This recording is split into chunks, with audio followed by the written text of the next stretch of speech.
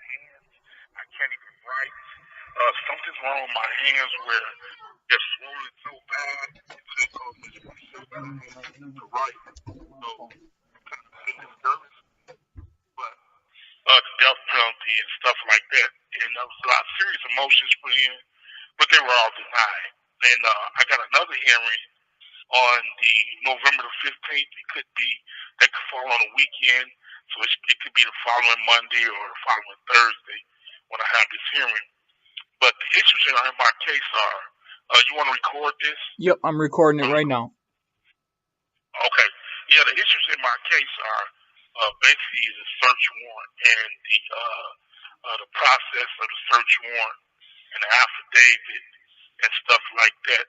And so my lawyer, they put in a couple of motions, about a year or so ago, and the motions were very defective. They wasn't uh, good motions. So after we had our hearing on the 25th, the prosecutor wanted to go in on those defective motions. And so my lawyer said, no, well, we're going to file more motions. And I don't think they liked it that, right? But here's the issue. They should have been filed those motions. So the judge gave them 10 days from the 25th to file those motions. But the problem is they're not letting me know uh, how they're filing the motions and when they file the motion and what case law they're using. And that concerns me because uh, when that happens, usually they don't do a good job at putting in your motions and addressing your issues. And the main issue in my case is the constitutionality of a search warrant where there was no criminal activity that allegedly took place in the premises that the search warrant was issued at. Meaning that the police never said that I committed a criminal act. In the affidavit, uh, this so-called CI never said I committed a criminal act as far as in the affidavit or on my premises. They never obtained any drug buys from me, from anybody, from my premises or my parking lot. And so, these are the issues that are really high contested and tough issues, you know what I'm saying, that we need to face. And so I've put together the case law and everything. And so my concern is these lawyers never, ever fought a death penalty case. And so, and with the caseload they got, it seems like they're not trying to put forth a good effort. And so it's been 3.5 years, and they haven't done anything to move my case forward.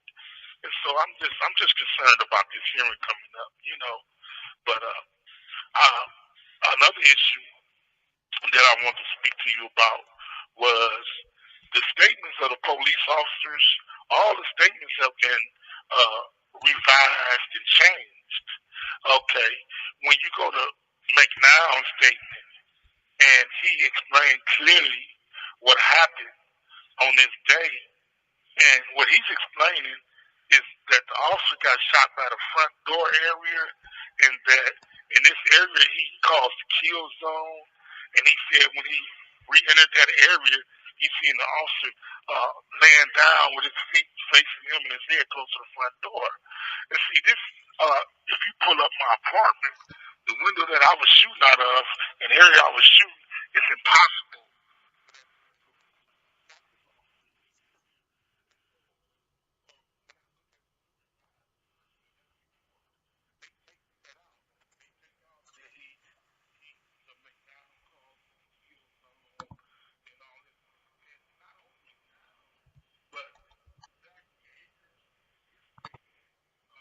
Describes where he saw the officer go down.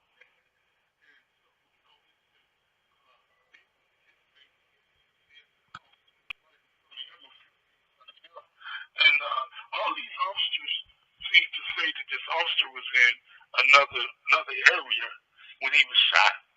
And so the revised version of these statements, and I pointed that out to my lawyer. I say, listen, you can't tamper with the evidence, man, in my case and take out wordings. And because when you do that, then that changed the complexity of my of a statement that the officer gave, and you know what I'm saying, it takes out clearly what happened. You know what I mean? Right. And so and so that's my problem with my attorney, is that he's letting the DA go through my paperwork and do a summary report and take out all the evidence in my case, that when a jury hears that, they can say, well, hey, it's a reasonable doubt that this happened. You know what I mean? Right. Because it's impossible, you know. And so that's why I sent you the statements, and I want to really be able to call you and just, since I know, and just to go over it and try to put you in a loop, because it's hard for you to read the statements one or two times and then understand them, because it took me some time to understand that where they said the officer was at, and it took me some time to put together Acre's statement, True Love's statement, McNow's statement where he said that he poured the officer across the porch, Daniel's statement. And so I've been meaning to send you more. I have more paperwork where they changing their statements and stuff.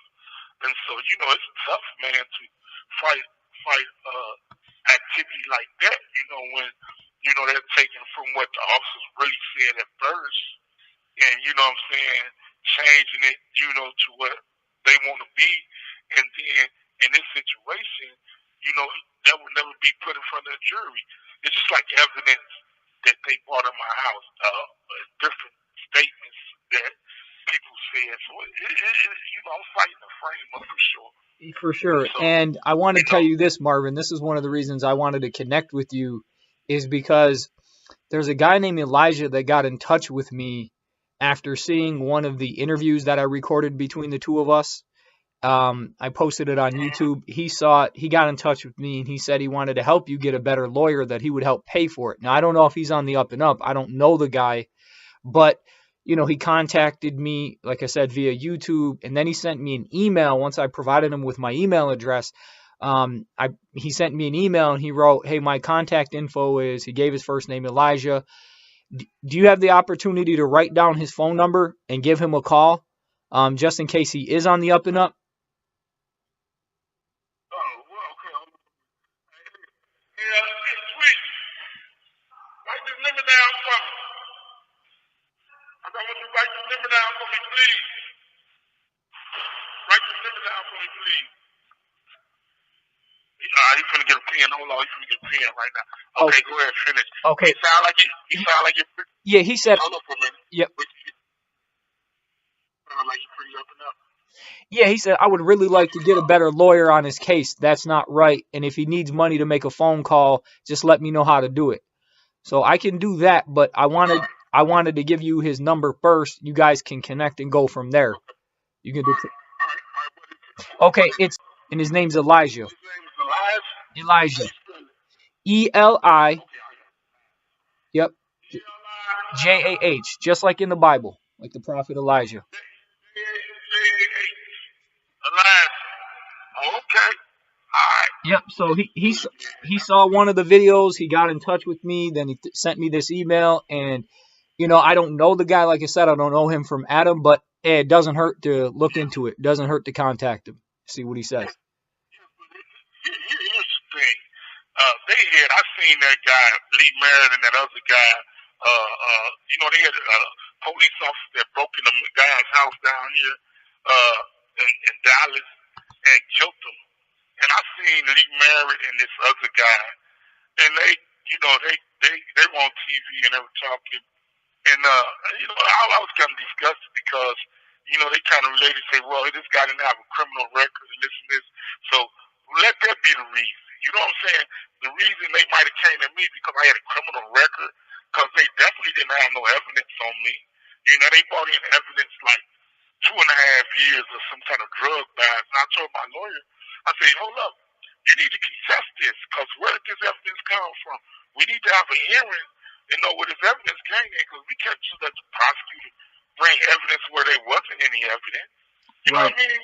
Right. So it's a tough fight, man. But I don't believe, what I respect about you, Nick, what I right? Is that, you know, it's going to be a slow process that people on this thing. But if I get convicted, it's going to pick up. You know what I'm saying? And people go. So I appreciate everything you've done for me, and I thank God for people like you. And I believe, man, that I talked to a lady named Stephanie. She said he's really done a lot for you on that page. You know, she said I've talked to him too, and she said I've shared it. But you know, I don't get discouraged that it's taking a little while to pick up. I don't get discouraged because of this and that. But we have to realize that, man, sometimes it takes long suffering. You know what I'm saying? Amen. And so long as I have somebody that's in my corner that's getting the message out, you know, and people's gonna pick up on it. You know, it's slow picking up, you know, but it's gonna pick up. I believe that, you know, and I believe because I believe in God, you know, and I believe in my innocence, you know. But you have evil people in this world, man. You know, and it's like my other lawyer, Michael White said, and Russ Hunt Sr. said, and you can quote me on this because they told me this, and I don't know this, and I'm not saying it, but they told me that my problem in this case was going to be the judge, and that I wasn't, you know, going to get a fair trial. I don't know that, but I know that's what was told to me by my lawyers. And so, you know, it's a lot of prosecutor misconduct and different things. And so, you know, it's hard, man, you know, because of the area that I'm in. Right. You know, that makes it another thing. And, you know, I mean, like I told you, man, I don't have an issue with race, but you have a lot of old people in this area, man. Right. And they still believe in lynching, and they still believe, so it's ungodly, you know, that, and they have a way where they know, called jury nullification. Right. You know, and that means that the jury really don't care about the evidence in the case, or they don't really care about my innocence. You know what I'm saying? And they look at me as guilty. You know, but my face, it didn't have to stick in my face. I'm gonna take the stand and I'm gonna tell my truth. And I'm gonna keep my faith. You know, one thing about me is you can't shake my faith. I've always been a God-fearing man, and I've always feared God, and that's the only person I fear. You know, I know I'm innocent, and so whatever happens, man, I'm not afraid of that. Well, you know what I'm saying? But I know the Lord Jesus Christ is in control of this, man. He really is, and you're gonna get justice. It's going to happen just in His time. And unfortunately, we have to go through a lot before we're vindicated in many instances. But you know what? He's sustaining you, and you are going to receive justice. It's going to happen. It's just a matter of time. And I'm not going to give up I'm never going to give up. I'm not going to stop fighting until you receive justice. And I know that's going to happen. And I believe that. Yes. And I believe that, you know, I believe that. I believe that, man, you know, and so I tell my family and I tell everybody that, man, you know, and God, you know, He don't send people in your life by coincidence. Right. He sends a person in your life by purpose. And so, you know, I'm happy to have somebody on work. Everybody else has been shook and flew away, but you stand fast and you stood your ground. And you know, you helped me, and I mean, and that's something I appreciate, because my family don't know how. You know, they don't even know how, and they don't recognize the seriousness of this. You know what I mean? Right. Other thing I want to talk to you about is, you were talking about doing some shirts, and I wanted you to price some shirts, okay, and see how many you can get, and tell me what the cost is. And then I'm going to tell my brother to wire you the money.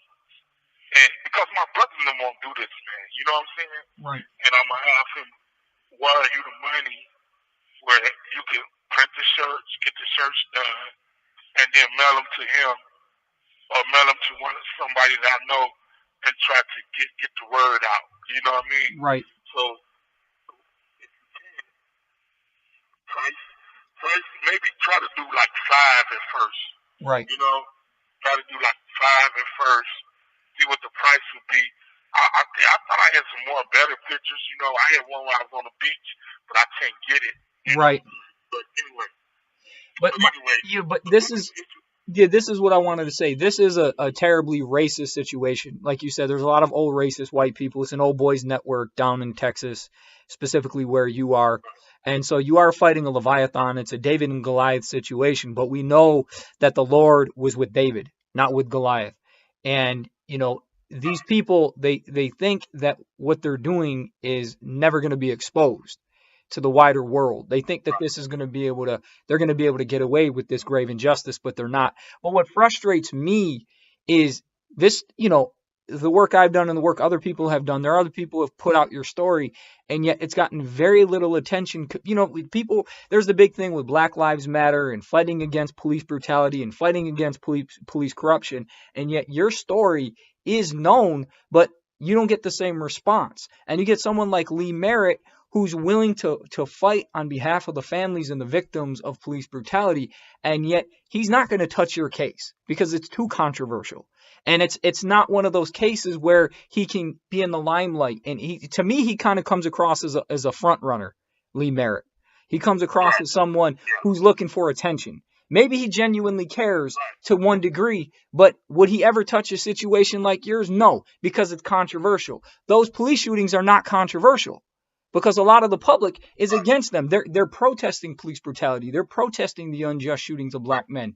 But your situation is more complex. So people like Lee Merritt and all these black quote unquote civil rights figures and prominent members of the black community like Michael Eric Dyson and the like on the left, and the liberal, a part of the liberal or leftist establishment, will not touch your situation with the 10-foot pole. A lot of black pastors won't, because there's nothing in it for them. And that's the sad thing about that. That's what frustrates me. I got a lawyer.